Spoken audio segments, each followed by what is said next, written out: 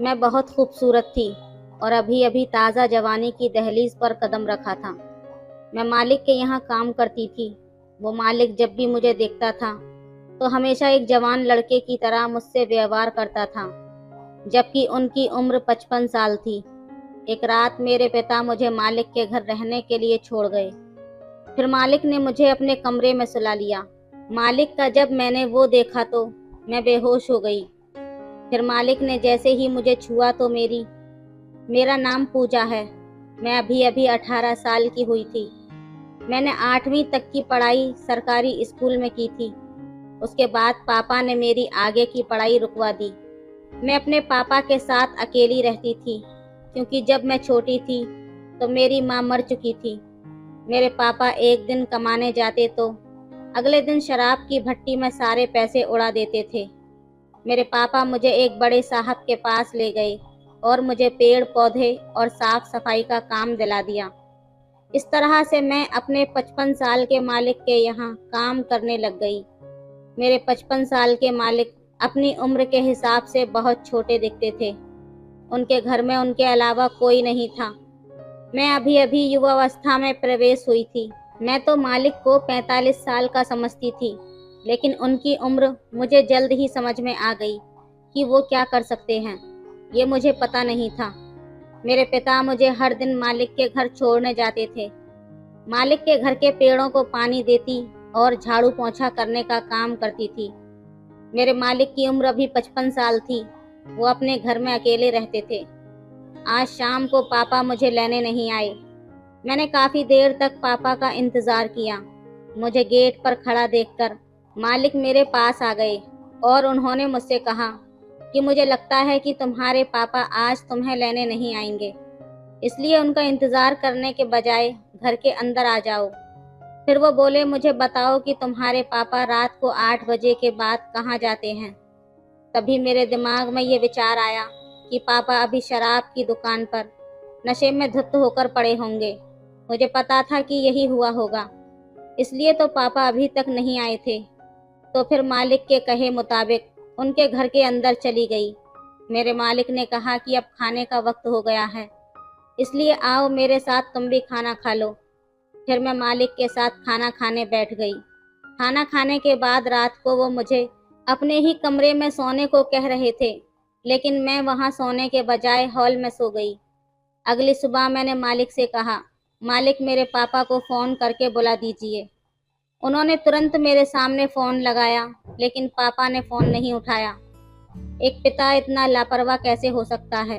उन्होंने अपनी जवान बेटी को एक 55 साल के आदमी के साथ उसके घर अकेला कैसे छोड़ दिया।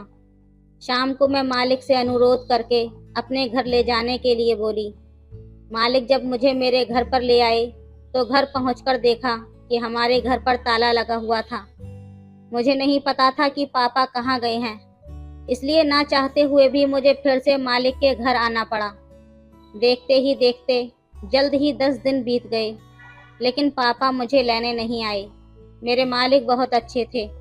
उन्होंने मुझे अपने घर में बहुत अच्छे से रखा। मेरे मालिक की पत्नी को कुछ साल पहले ही मौत हो गई थी। तब से वो अकेले ही रहते थे। एक दिन मालिक मुझे बाजार लेकर गए। उन्होंने मेरे लिए कुछ कपड़े खरीद लिए।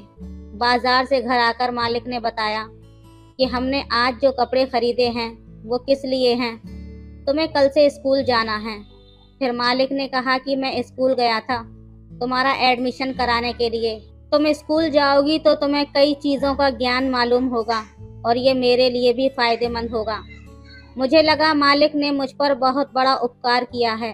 मैं पढ़ना चाहती थी, लेकिन पैसों की कमी के कारण मैं पढ़ नहीं पाई थी। दूसरे दिन से मैं रोज़ स्कूल जाने लगी। मालिक ने मेरा एडमिशन शहर के एक प्राइवेट स्कूल में कराया था। जब से मैं स्कूल जाने लगी थी, तब से मालिक ने घर में एक और नौकर रख लिया था। वो घर का सारा काम करता था और वहीं पर रहता था। मैंने कभी भी इस आनंदपूर्ण जीवन के बारे में सपने में भी नहीं सोचा था, जिस तरह मैं अब जी रही थी। मेरी पढ़ाई शुरू हुए 2 महीने हो गए थे। इन 2 महीनों में मुझ में बहुत कुछ बदलाव हो गया था। मैं अनपढ़ से शिक्षित और एक खूबसूरत लड़की बन गई थी। ये मेरे जीवन स्थितियों में एक अलग बदलाव था। लेकिन मैंने ये कभी नहीं सोचा था कि मेरे मालिक मेरे लिए ये सब क्यों कर रहे हैं। लेकिन इसके पीछे का रहस्य जल्द ही मेरे सामने आने वाला था, जिसका मुझे थोड़ा सा भी आभास नहीं था। देखते ही देखते 6 महीने गुजर गए। अब मैं और भी ज्यादा खूबसूरत और जवान दिखने लगी थी।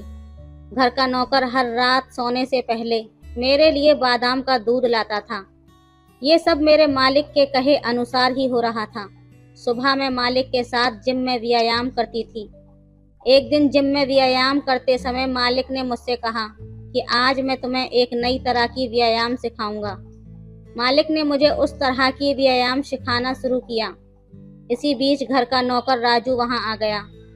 जिम वाली रस्सी खींचते समय मालिक मेरी मदद कर रहे थे। उनका हाथ मेरी कमर पर देखकर राजू ने अपना मुंह दूसरी ओर घुमा लिया। फिर उसने कहा कि मालिक से मिलने के लिए बाहर कोई मेहमान आया है। फिर मालिक ने अभ्यास रोक दिया और राजू से कहा, जब भी तुम आज के बाद अंदर आओगे तब दरवाजा खटखटाना मत भूलना। शायद मालिक को राजू का इस तरह से अंदर आना पसंद नहीं आया। मालिक के बाहर जाने के बाद राजू मुझे अलग ही नजरिए से देखने लगा था, लेकिन मैंने उसे नजरअंदाज कर दिया और अपने कमरे में चली गई। कुछ देर बाद मैं स्कूल के लिए निकल गई। शाम को मैं अपने समय पर घर आ गई थी। मैं उस घर में अकेली लड़की थी। मालिक मेरे लिए एक अच्छी सी ड्रेस लेकर आए थे। उन्होंने कहा, ये ड्रेस पहनो और तैयार हो जाओ, आज हमें बाहर पार्टी में जाना है। मैं वो ड्रेस पहनकर तैयार हो गई। मैं तैयार होकर बाहर आई तो मालिक मुझे एक अलग ही नज़र से देख रहे थे। उनके चेहरे की मुस्कान साफ साफ बता रही थी कि उनके मन में क्या चल रहा है। मेरे मालिक कोट पैंट पहने हुए थे और इस उम्र में भी वो कम उम्र दिख रहे थे, लेकिन आज कुछ ज्यादा ही रौनक उनके चेहरे पर दिख रही थी। बस मेरे हाथ में अपना हाथ डाला और पार्टी के लिए निकल गए। पार्टी में उन्होंने मुझे अपने कुछ दोस्तों से मिलवाया। मालिक अपने कुछ मित्रों से खड़े होकर बातें कर रहे थे और मैं वॉशरूम में चली गई। थोड़ी देर बाद जब मैं वॉशरूम से बाहर आई तो मेरे मालिक का एक दोस्त मेरे पास आया और मेरी तरफ देखने लगा। फिर मालिक के उस दोस्त ने मुझसे कहा कि तुम्हारे मालिक के पास बहुत दिमाग है। तुम्हारी जैसी लड़की बाहर हजारों रुपए खर्च करने से भी नहीं मिलती है। इस उम्र में तुम्हारे मालिक की ये ख्वाहिश है, जब तुम जैसी लड़की 55 साल के बूढ़े को तरोताज़ा करेगी। अपने मालिक के दोस्त की ये सारी बातें सुनकर मुझे उस व्यक्ति पर बहुत गुस्सा आया था। मैंने उससे कहा, अपना मुंह बंद करो। फिर उस व्यक्ति ने मेरी बात पर गुस्सा न करते हुए मुझे जूस देने लगा। मैंने जूस लेने से इनकार कर दिया, लेकिन उसने सॉरी बोलते हुए दोबारा जूस दिया। फिर मैंने वो जूस का गिलास ले लिया और जूस पीने लगी। जूस पीने के बाद मुझे बहुत चक्कर आने लगे। मैं वहीं टेबल पर सर रखकर सो गई। अगली सुबह जब मैं उठी तो मैंने खुद को मालिक के कमरे में देखा। मैंने अपने हाथ पर नाखून जैसी एक खरोंच भी देखी थी। मैं उठकर बेड पर बैठ गई। फिर राजू मेरे कमरे में नाश्ता लेकर आया, जो कि पहले कभी भी ऐसा नहीं हुआ था। अभी भी मुझे शक भरी नज़रों से देख रहा था। मैं उससे बात करने जा रही थी कि तभी मालिक मेरे कमरे में आ गए। उन्होंने मुझसे कहा, पूजा, क्या तुम ठीक हो? तब मैंने उनसे कहा कि मेरा सर बहुत भारी हो गया है। मालिक ने कहा, तुमने रात को पार्टी में गलती से जूस की जगह ड्रिंक ले ली थी, इसलिए तुम्हारा सर भारी हो गया है। मालिक ने मुझे दर्द की एक गोली दी। मैं आज स्कूल भी नहीं गई। आज पूरा दिन अपने रूम में सोती रही। शाम से रात हो गई, फिर रात को सो नहीं पा रही थी, क्योंकि मैं आज पूरा दिन सोई थी। फिर भी रात को मैं अपने कमरे की लाइट बंद करके लेटी रही। कुछ देर बाद अचानक मुझे महसूस हुआ कि कोई मेरे कमरे में दाखिल हुआ है। मैंने धीरे से अपने आंखें खोली तो मालिक को सामने आता देखा। मुझे कमरे में जागता देखकर वो फिर से कमरे से बाहर चले गए। मुझे समझ नहीं आया कि उन्होंने ऐसा क्यों किया। मैं समय समय पर अपने पापा के बारे में उनसे पूछती रहती थी, लेकिन मालिक हमेशा यही कहते थे कि मैं उन्हें ढूंढ रहा हूँ। मुझे हर रात अपने पापा की याद आती है। आज भी मुझे अपने पापा की बहुत याद आ रही थी। उनकी यादों में ही कब मुझे नींद आ गई पता ही नहीं चला। ऐसे ही कुछ दिन और बीत गए। फिर एक दिन मालिक मुझे एक हफ्ते के लिए इंडिया से बाहर घूमने के लिए ले गए। वहाँ पर हम बहुत घूमे और बहुत मस्ती की। इसलिए मुझे कभी कभी लगता था कि मालिक मेरे पापा की कमी को पूरा करने की कोशिश कर रहे हैं, लेकिन मालिक के मन में मेरे प्रति कुछ अलग ही भावनाएं थीं और वो अब मुझे अजीब सी नज़रों से देखने लगे थे। उनकी नज़रें मुझे खटकने लगी थीं। हम घूमने के लिए दुबई गए हुए थे। मैंने वहाँ खूब पानी पूरी खाई। वहाँ मेरा और मालिक का एक ही कमरा था। जब मैं रात को एक डांसिंग शो देखने गई तो मैं अच्छे से तैयार होकर गई थी, लेकिन बाहर जाते वक्त मेरे कपड़े गीले हो गए थे। फिर मालिक ने मुझे आराम करने में मेरी मदद की। उन्होंने कहा कि पूजा, तुम बहुत खूबसूरत हो और मैं तुम्हें हमेशा खुश रखूंगा। मालिक की चिंता देखकर मुझे बहुत खुशी हुई। दुबई में एक हफ्ता कैसे बीत गया पता ही नहीं चला। जब हम घर वापस आए तो मैंने आते ही राजू को मिठाई का एक डिब्बा दिया। राजू उस मिठाई के डब्बे से बहुत खुश हुआ था। आज रात भी मैंने मालिक को अपने कमरे में आता देखा। मुझे समझ में नहीं आ रहा था कि वो हर रात मेरे कमरे में क्यों आते हैं। अगले दिन जब मैं नाश्ते के लिए बैठी थी तब घर में राजू और मैं ही थे। मैं बहुत थका हुआ महसूस कर रही थी। मुझे देखकर राजू बोला, पूजा जी, आप बहुत थकी हुई लग रही हैं। रात को मालिक आपके कमरे में आए थे, इसलिए शायद आप थक गई होंगी। मैंने उससे कहा, तुम क्या कहना चाहते हो? मेरा इतना कहते ही राजू बोला, पूजा जी मुझे माफ करें, गलती से मेरे मुंह से ये शब्द निकल गया। मुझे लगा कि राजू मुझसे कुछ कहना चाहता है, इसलिए वो ऐसी बातें करता है जो मेरी समझ से बाहर होती थी। मैं उसकी बातों को नज़रअंदाज करना ही बेहतर समझती थी। अगले दिन मैं स्कूल के लिए निकल गई। मैंने आज पूरा दिन स्कूल में बिताया। मैं अपने पापा के लिए ग्रीटिंग कार्ड बना रही थी, क्योंकि आज मेरे पापा का जन्मदिन था। पापा की याद में आज मैंने ठीक से खाना भी नहीं खाया था।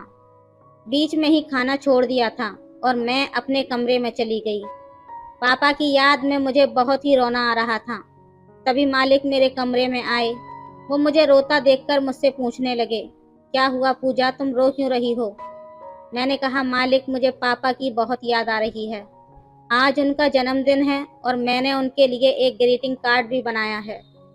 ग्रीटिंग कार्ड देखकर मालिक मुझसे बोले, बहुत ही जल्द मैं तुम्हें तुम्हारे पापा के पास ले जाऊंगा। फिर मालिक ने बिना कुछ कहे मेरे आंसू पोंछे। थोड़ी देर बाद वो मेरे कमरे से बाहर चले गए। मैं आज पूरी रात सो नहीं पाई थी, इसलिए मैं उठकर कमरे से बाहर चली गई। फिर रसोई में जाकर थोड़ा पानी पिया। फिर मैंने रसोई की खिड़की से बाहर देखा तो वहां मैंने देखा कि मालिक अपने शरीर पर कंबल ओढ़े हुए किसी को पैसों की गड्डी दे रहे थे। मैं खिड़की के करीब गई और देखा तो पैसे लेने वाला व्यक्ति कोई और नहीं बल्कि मेरे पापा थे। लेकिन इतने पैसे क्यों ले रहे थे, मुझे समझ नहीं आया। मालिक जानते थे कि मैं अपने पापा की याद में रोज रोती हूँ। वो मेरे पिता को मुझसे मिलने का कहकर उन्हें पैसे क्यों दे रहे थे? ये सब क्या चल रहा था मेरे पापा और मेरे मालिक के बीच? मुझे कुछ भी समझ नहीं आ रहा था। मैंने सोचा कि पापा को आवाज़ दूं, तभी पापा वहां से पैसे लेकर चले गए। मालिक भी घर की ओर आने लगे थे। मालिक के घर के अंदर आने से पहले मैं जल्द सो गई। कुछ देर बाद मालिक घर के अंदर आ गए।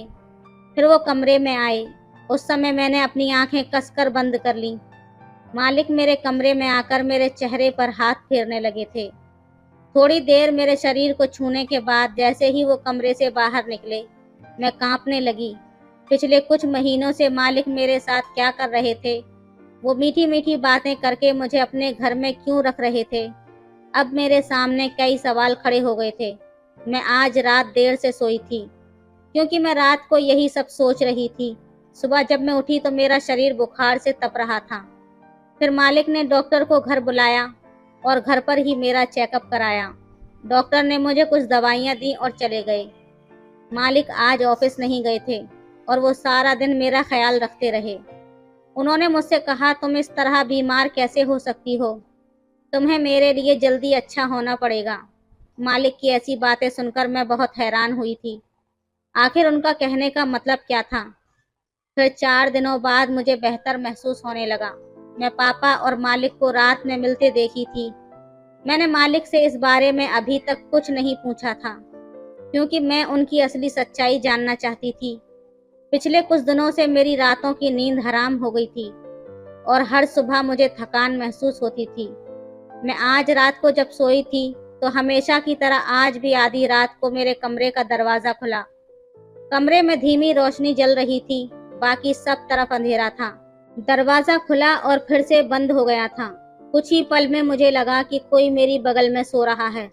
अचानक मुझे अपने शरीर पर एक हाथ रेंगता हुआ महसूस हुआ। धीरे धीरे हदें पार हो रही थीं। फिर उसने मेरे वजूद को दबोचना शुरू कर दिया। तभी मेरी आंख खुल गई और जल्दी से उठकर मैंने कमरे की लाइट जला दी। फिर मैंने राजू को अपने बिस्तर पर लेटा हुआ देखा। गुस्से से मैंने उससे पूछा, तुम मेरे साथ क्या कर रहे थे? मेरा इतना कहते ही राजू चौंक गया। फिर मैंने उससे कहा, मैं तुम्हारी ये हरकत मालिक को बताऊंगी। मेरा इतना कहते ही राजू के मुंह से निकल गया, तुम हर रात खुशी खुशी अपने मालिक के साथ रात बिताती हो। अगर तुम एक रात मेरे साथ बिता लोगी तो क्या हो जाएगा? उसके इतना कहते ही मैंने उससे कहा, तुम ये क्या बात कर रहे हो? फिर उसने बोलना शुरू किया, मैं रोज रात को देखता हूँ मालिक आधी रात को आपके कमरे में आते हैं और समय गुजार कर चले जाते हैं। मैं सब कुछ समझता हूँ। मैं जानता हूँ कि तुम भी मालिक की एक नौकरानी हो और एक नौकरानी पर ऐसी दया कोई नहीं करता। तुम्हारी खूबसूरती का फायदा उठाया है मालिक ने।